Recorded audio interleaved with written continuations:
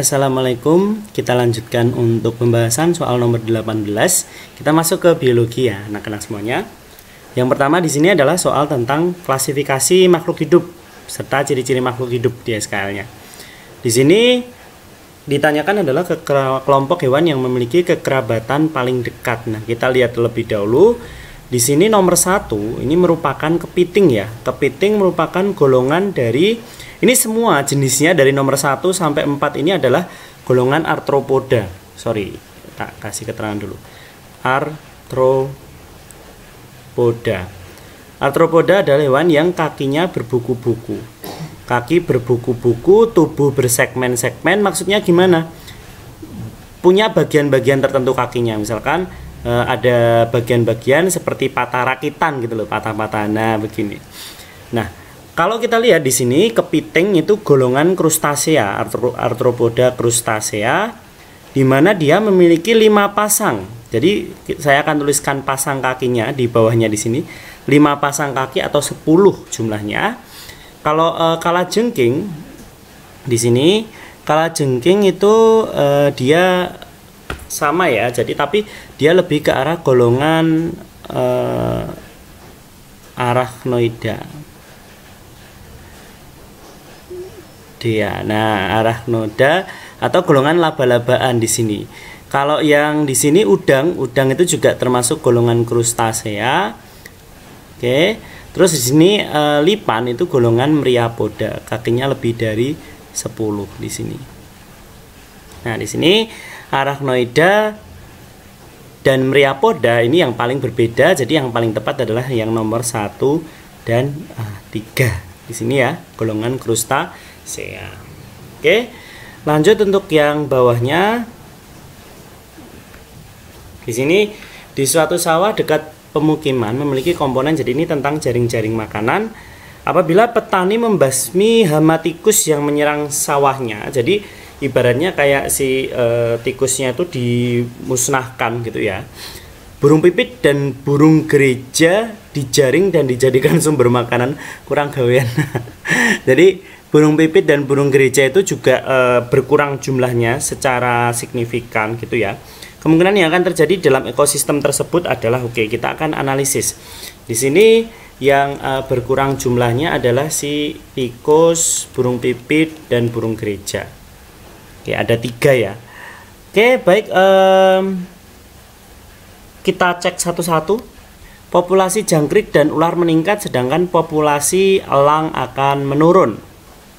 Oke, jangkrik dan ular meningkat. Nah, ini masalahnya adalah di yang ularnya ini. Nah, ular meningkat salah, kalau jangkrik meningkat betul gitu ya. Jangkrik meningkat betul, populasi elang menurun benar. Oke, tapi ularnya itu juga turun karena ular satu-satunya dia hanya mengkonsumsi tikus, sementara tikus juga jumlahnya berkurang sehingga ular pasti berkurang. Yang B, populasi jangkrik dan elang meningkat, salah ya, elangnya menurun, populasi ular menurun, jadi elangnya di sini meningkatnya itu salah. C, populasi ular dan elang menurun betul, sedangkan populasi jangkrik meningkat betul. C. D, populasi ular dan elang meningkat salah, berarti jawabannya C. Sudah sangat jelas ya. Oke, nomor 20. Pengaruh limbah industri laundry. Nah, ini dampak lingkungan berupa, oke, di sini kita lihat, kita cek bacaan ini mengarah tentang senyawa fosfat ini. Nah, lebih ke arah senyawa fosfat karena kita akan membahas tentang eutrofikasi. Jadi, adanya busa putih fosfat tadi menyebabkan penurunan kadar oksigen terlarut di perairan. Nah, serta terjadinya eutrofikasi. Nah, ini kandungan fosfat yang tinggi, jadi lebih disoroti di fosfat, merangsang tumbuhnya gulma air. Nah, gulma air ini akan meningkatkan penguraian fosfat, menghambat pertukaran oksigen di air. Jadi dia akan menutupi permukaan air sehingga oksigen terlarut di dalam air akan rendah, sehingga menyebabkan terganggunya respirasi pada ikan dan mengakibatkan kematian pada ikan. Jadi intinya karena senyawa fosfat menyebabkan gulma tanaman air semakin banyak sehingga menutupi cahaya matahari dan mengurangi kadar oksigen terlarut di dalam air.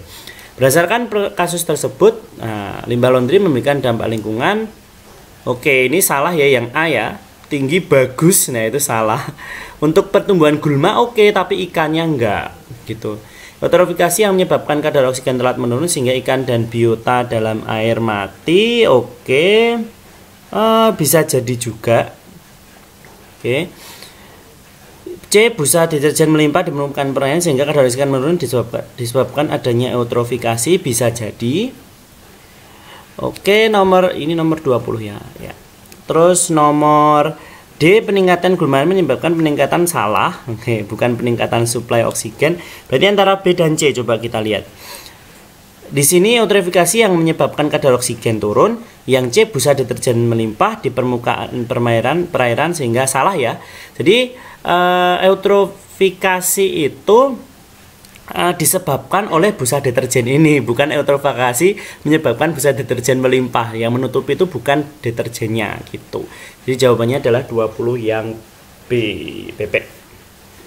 Oke, nomor 21. Sekarang kita lihat ini gerak ya, materi gerak. Ini adalah mekanisme gerak.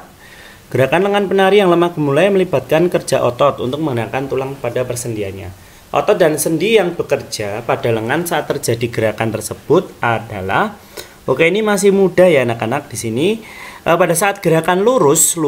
Nah, lurus itu berarti bisepnya. Jadi pada saat lurus, nah ini lurus kan yang nekuk yang bawah. Jadi yang atas bisep itu rileks. Bisep itu relaksasi, tapi tricep yang bagian bawah kontraksi.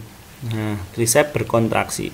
Kecuali jika kalian kebalikannya ya, ketika menekuk, ketika bermain barbel saat menekuk itu bicepnya itu kontraksi, tricepnya relaksasi. Tapi ini pada posisi lurus itu yang kontraksi adalah yang bagian bawah atau tricepnya. Sehingga jawab A dan B ini salah karena ini kerjanya antagonis. Antagonis itu yang satu positif, yang satu negatif, yang satu rileks, yang satu kontraksi. Jadi jawabannya antara C dan D. Nah, sendinya kalau di sini yang berperan, yang dilingkari itu adalah siku. Nah, ini siku ya. Nah, siku lebih ke arah sendi engsel. Berarti jawabannya nomor 21 adalah yang C. Gitu. Dan bisepnya relaksasi, tricep kontraksi. Nomor 22 ditunjuk di situ adalah pankreas ya, ini yang ditunjuk huruf Y ini adalah pankreas. Pankreas memiliki 3 enzim tali ya, enzim tali. Tali. Jadi T yang pertama adalah tripsin. Nah, tripsin itu mengubah protein atau lebih tepatnya pepton gitu ya, menjadi asam amino. Nah, protein jenisnya dia sudah disederhanakan di lambung menjadi pepton, menjadi asam amino. Lalu ada amilase. Amilase itu mengubah maltase gitu ya, mengubah amilum menjadi glukosa. Menjadi glukosa, gula. Oke. Dan juga lipase, lipid, lemak gitu ya. Mengubah lemak menjadi asam lemak dan gliserol. Lemak, asam lemak dan gliserol. Nah, asam lemak dan gliserol ini nanti akan diemulsi oleh getah empedu di dalam duodenum atau usus 12 jari nantinya. Nah, berarti yang paling tepat adalah yang ini jelas salah ya, D sama A. Berarti antara B dan C, lipase menjadi asam lemak dan gliserol. B ya, kalau tripsin itu mengubah protein menjadi asam amino tadi. Oke, lanjut nomor 23. Oke, ini tentang organ jantung. Kita tahu bahwa kalau berdasarkan kita gambar ini yang sebelah ini adalah kanan. Kiri maksud saya, kiri, yang sebelah sini adalah kanan. Nah, kanannya kita, ini kirinya kita. Berarti X yang bawah ini adalah bilik. Yang atas, nah ini adalah serambi. Nama lain dari serambi itu adalah atrium ya di sini. Bilik itu adalah ventricle nama lainnya. Nah, jadi bilik di sini adalah tempatnya bilik kiri. Berarti jawaban C dan A adalah salah. Berarti jawabannya antara B dan D. Bilik kiri fungsinya adalah memompa darah. Oke, yang kiri itu kaya akan oksigen, yang kanan itu kaya akan CO2. Oke, berarti dia memompa darah yang banyak mengandung oksigen ke seluruh tubuh. Jawabannya nomor 23 adalah delta. Nomor 24 sekarang ini percobaan ya. Oke, Perhatikan percobaan pernafasan berikut. Oke. Di sini adalah volume udara yang masuk, air yang terdesak. Oke, ini ada siswa yang meniupkan udara sekuat-kuatnya.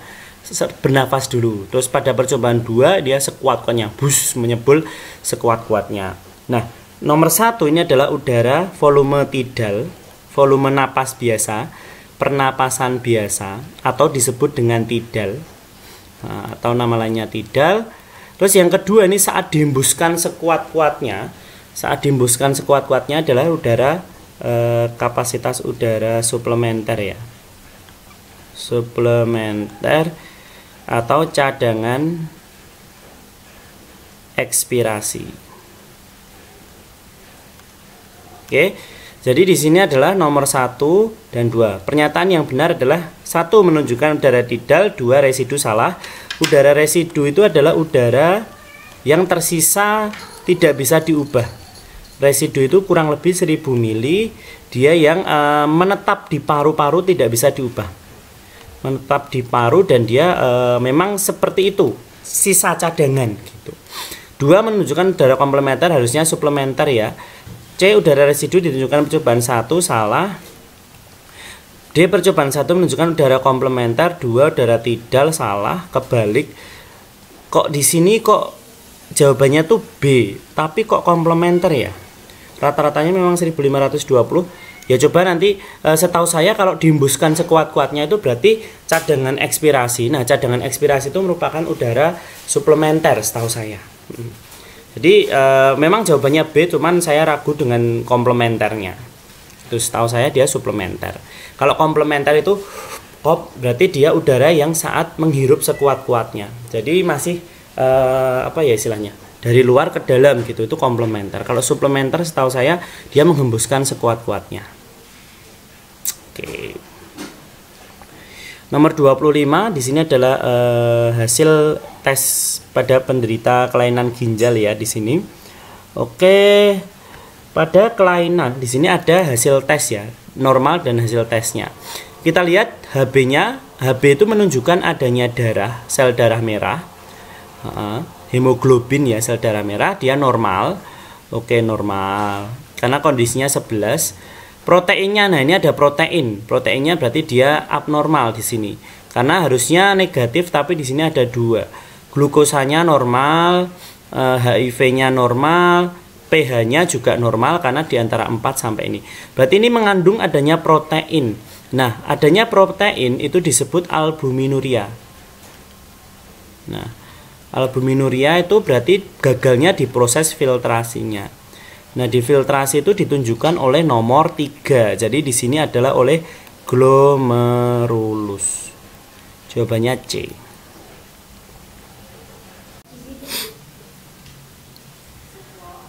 Untuk nomor 26 ini adalah siklus menstruasi. Kita bisa lihat di sini dari grafik yang ada itu merupakan grafik hormon. Lalu bagian yang paling bawah itu adalah kondisi endometrium atau dinding rahim pada saat kondisi berbagai macam hormon atau jumlah hormonnya itu dalam keadaan yang berbeda. Oke, untuk nomor 26 ini kita harus mampu untuk menganalisis sebuah grafiknya itu dihadapkan dengan hari maupun kondisi endometrium.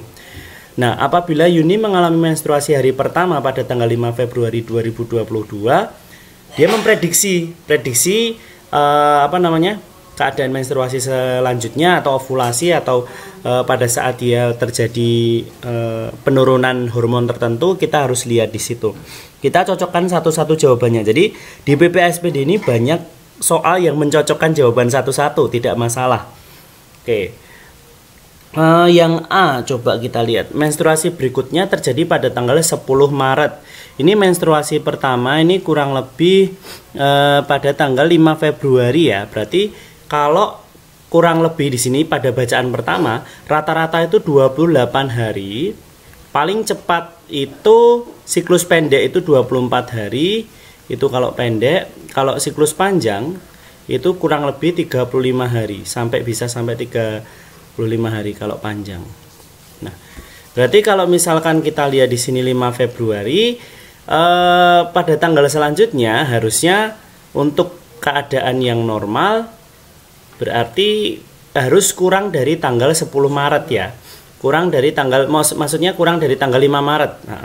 Jadi harus kurang dari 5 Maret apabila kondisinya normal pada 28 hari. Atau karena Februari itu totalnya 30 hari ya. Kurang dari 5 Maret. Atau jika 35 hari, maka dia juga harusnya kurang dari tanggal 10 Maret. Kalau misalkan 35 hari kan 5 Februari tambah 5 harusnya ya pas 10 Maret lah kalau kondisinya ini. Oke, jadi nggak mesti ya gitu. Terus yang kedua, yang B, produksi estrogen turun pada tanggal 14 Februari 2022. Estrogen turun itu pada keadaan menstruasi, masih dalam keadaan menstruasi. Artinya apa? Tanggal 5 Februari dia menstruasi, padahal fase menstruasi itu pada hari ke-28 sampai hari ke-0. Kurang lebih terjadi selama 1 minggu ya. Jadi kalau estrogen turun lagi pada tanggal 14 Februari, jawabannya adalah kurang tepat ya. Estrogennya ini yang kuning. Justru estrogennya malah akan naik setelah 7 hari. 7 hari itu estrogennya mulai naik, berarti dia salah. Jadi setelah tanggal 5, berarti kalau 14 Februari itu berarti setelah 7 hari, 9 hari ya. Berarti setelah 9 hari harusnya di sekitar ini, hari kedua di sini estrogennya udah mulai naik. Proses ovulasi yang C, progesteron menurun pada tanggal 28 Februari. 28 Februari itu justru keadaan progesteron pada saat sedang naik-naiknya, karena dia mengalami fase 5 Februari pertama mens tambah 7 hari, berarti kurang lebih masih ada tanggal 20-an, masih tanggal 20-an, berarti di antara 14 sampai 28 ini justru kondisi progesteron dan estrogen pada saat sedang tinggi-tingginya. Terus yang D, proses ovulasi terjadi pada tanggal 18 Februari 2022. Ovulasi itu terjadi pada hari ke-14. Hari ke-14 di sini berarti kalau misalkan menstruasi tanggal 5 terjadi menstruasi kurang lebih 1, 2, 3, 4, berarti otomatis ovulasinya bisa jadi ya di tanggal 18 Februari karena selisih 4 hari, 14 hari maksud saya. Sorry. Ini 5, 18 kurang 5, 13 hari. Berarti ini 5 tambah 13 hari kurang lebih di hari ke-14 ini, hari ke-13, 14. Berarti jawabannya adalah yang delta. Oke, agak membingungkan karena prediktif, akan tetapi ini bisa dilihat. Kita melihat dari siklus yang rata-rata ya, siklus rata-rata. Kita lihat dari siklus rata-ratanya. Oke, lanjut nomor 27. Di sini adalah soal tentang struktur dan fungsi jaringan pada tumbuhan. Nah, ini nomor 27 kita lihat air dan air diberi eosin. Ketika air itu diberi eosin itu zat warna merah, maka pada batang dan daun tanaman akan ikutan berwarna merah. Hal ini menandakan bahwa pada jaringan xilem itu adalah jaringan pengangkut ya, yang dia fungsinya mengangkut air dan zat hara dari akar menuju daun. Oke, akar menuju daun. Nah, berarti kan dia melewati pembuluh ya, pembuluh yang ada pada batang. Sehingga di sini jaringan yang berwarna merah itu khususnya pada pembuluh xilem. Oke, kalau pernyataan yang benar coba yang ini nyocokkan satu-satu tetepan ya. Sekali lagi menjadi soal favorit adalah mencocokkan jawaban. Seluruh jaringan pengangkut hanya menyerap, salah karena hanya ada yang menyerap air dan sebagainya. Pembuluh floem mengedarkan hasil fotosintesis, iya benar, cuman tidak ada konteksnya dalam percobaan ini. Yang C, jaringan pengangkut berfungsi mengangkut air dan unsur hara. Enggak, jaringan pengangkut itu ada xilem dan floem, harusnya air dan unsur hara serta hasil fotosintesis. Jawabannya yang D. Nomor 28 ini percobaan Ingenhousz pada proses fotosintesis ya. Oke, jadi kalau misalkan yang satunya lagi uji Sachs untuk membuktikan amilum itu belum pernah keluar, kita harus hati-hati bahwa di nomor 28 ini kemungkinan bisa sering keluar, hampir setiap TPM ini keluar ya. Nomor 28 ini kita lihat bahwa kondisi A, B, serta C, D. Yang di kondisi teduh, kondisi A itu tidak diberi natrium hidrokarbonat, tidak diberi soda kue, sementara yang B diberi. Di tempat terang juga begitu, yang C tidak diberi, yang D diberi. Kita lihat bahwa gelembung paling banyak itu timbul pada kondisi D, di mana dia terang plus diberi natrium hidrokarbonat. Nah, NaHCO3 ini akan bereaksi dengan air. NaHCO3 itu akan bereaksi dengan air, maka nanti dia akan menghasilkan CO2 ya, salah satunya produknya CO2, NaOH dan lain sebagainya, tapi saya akan menyoroti pada CO2 nya saja. Sebenarnya ada NaOH nya juga, nanti meningkatkan sedikit suhu air. Nah, CO2 ini menjadi bahan bakar utama untuk menghasilkan oksigen. Semakin banyak CO2 yang terlarut di dalam air, maka oksigen yang akan terbentuk juga semakin banyak. Nah, adanya tempat terang ini menandakan bahwa laju fotosintesisnya jauh lebih tinggi dibandingkan tempat yang gelap. Sehingga berdasarkan percobaan tersebut, kita dapat tentukan bahwa kecepatan fotosintesis pada tumbuhan itu dipengaruhi oleh sinar matahari dan juga karbon dioksida. Oke, jadi yang tidak berpengaruh itu nggak usah diomongkan. Yang mana yang menyebutkan bahwa dipengaruhi oleh sinar matahari dan karbon dioksida? Oke, ini yang A, karena kesimpulan ya, pernyataan yang benar. Kalau yang B, kecepatan fotosintesis dipengaruhi oleh NaHCO3 dan karbon dioksida yang terlarut di air. Salah ya, karena di sana ada dua kondisi, harus menyebutkan adanya cahaya juga. Berarti ini salah. Yang C, kecepatan tumbuhan hanya dipengaruhi, ada kata hanya, ini trigger, jangan sampai dipilih hanya. Pokoknya besok kalau ada hanya selalu gitu, nggak usah dipilih, itu pasti jawaban yang salah. Kalau misalkan bukan konsep dalam fisika, tapi biologi, hanya selalu itu tidak dimiliki kepastian oleh makhluk hidup. Makhluk hidup itu sifatnya tidak pasti. Jadi kalau misalkan sifatnya dia selalu hanya, itu kebanyakan dia pengecoh. Tapi nggak tergantung konteks soalnya ya. Oke. Nomor 29 ini adalah persilangan. Kita akan mencoba menyilangkan antara tanaman kelengkeng biji kecil berdaging tipis kakatiti dengan tanaman kelengkeng berbiji besar berdaging tebal kikitata. Berarti di sini daging tipis itu dominan ya. F1-nya biji kecil daging tebal. F1-nya biji kecil daging tebal. Berarti di sini K, sifat K kapital adalah dominan, serta daging tebal di situ Ta itu adalah dominan juga. Oke, dominan. Berarti di sini yang dominan adalah kecil dan tebal. Kenapa bisa begitu? Karena kita lihat di sini kakak titi disilangkan dengan kikitata, ternyata biji kecil daging tebal. Kalau misalkan kita silangkan induknya, kita buat persilangan aja parentalnya. Kakak titi disilangkan dengan kiki tata. Gametnya, nah ini gamet itu adalah sel kelaminnya. Jadi kalau misalkan sifatnya dihibrid, berarti sifat yang akan muncul juga harus dua. Jadi nggak boleh kakak atau titi saja, tapi harus kati disilangkan dengan kita. Nah di sini maka filial pertamanya akan mempunyai genotip kaki tati, dimana kaki tati ini adalah biji kecil daging tebal, kecil dan tebal tadi 100% ya, karena tanaman keturunan F1 nya tadi 100% ini. Jika keturunan pertama disilangkan dengan tanaman kelengkeng biji besar daging tebal kikitata, perbandingan fenotip antara keturunan antara tanaman kelengkeng biji besar daging tebal dengan oke. Berarti kita silangkan parental keduanya, berarti kaki tati disilangkan dengan ini tadi daging tebal biji besar kiki tata. Nah gametnya kita harus uraikan gametnya. Di sini kaki tati. Nah saya akan tuliskan di bawahnya aja kaki tati, di atas maksud saya. Cara menguraikan gametnya adalah ini, harus dua, kita kiti.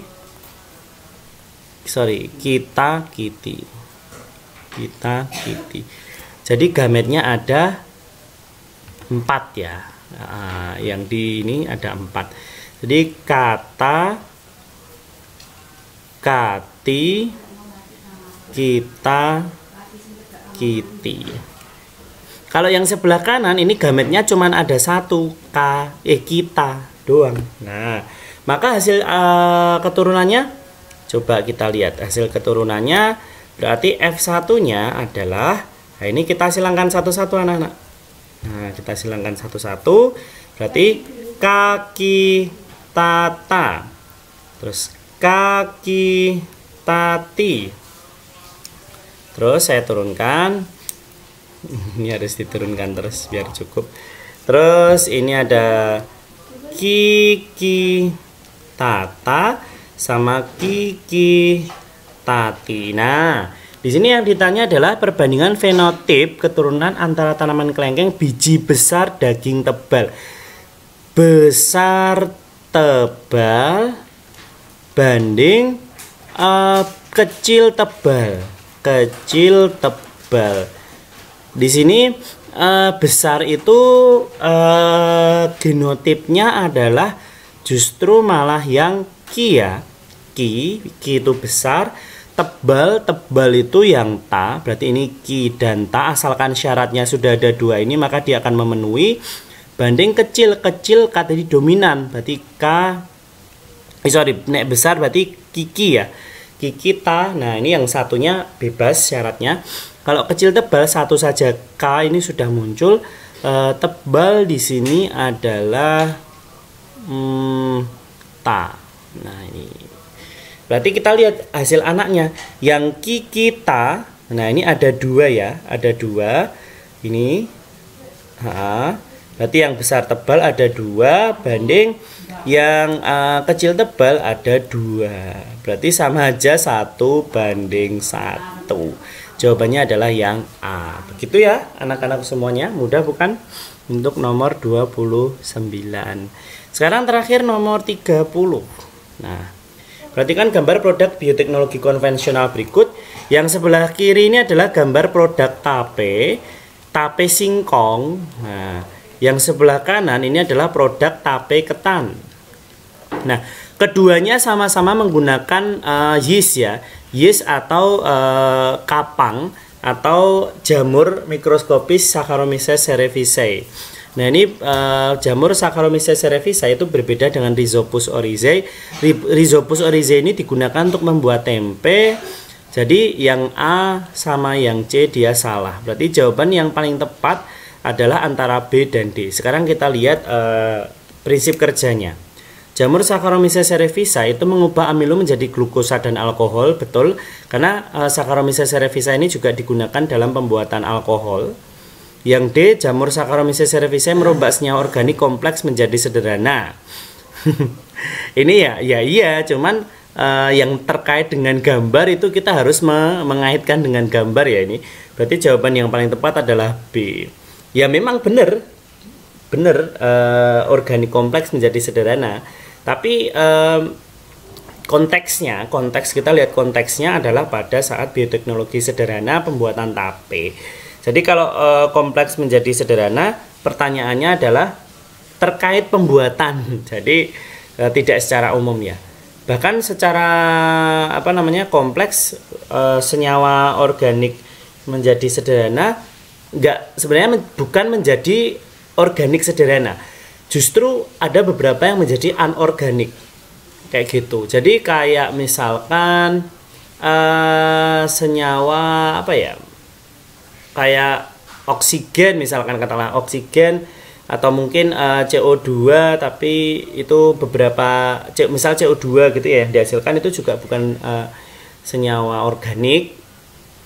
Terus beberapa hal mungkin dia akan menghasilkan senyawa anorganik juga, kan, tetapi di sini yang konteks yang dilihat adalah pembuatan tape, sehingga jawaban yang paling tepat adalah yang B. Oke, itu pembahasan kita untuk semua soalnya. Semoga kalian bisa paham dengan apa yang kita bahas. Tetap semangat untuk mengerjakan soal-soal latihan, karena dengan mengerjakan soal latihan banyaknya tipe-tipe soal yang kalian ketahui, nanti kalian akan mudah dan terbiasa, sehingga nantinya pada saat SPD bisa mengerjakan dengan mudah. Itu saja, sekian dari saya. Wassalamualaikum warahmatullahi wabarakatuh.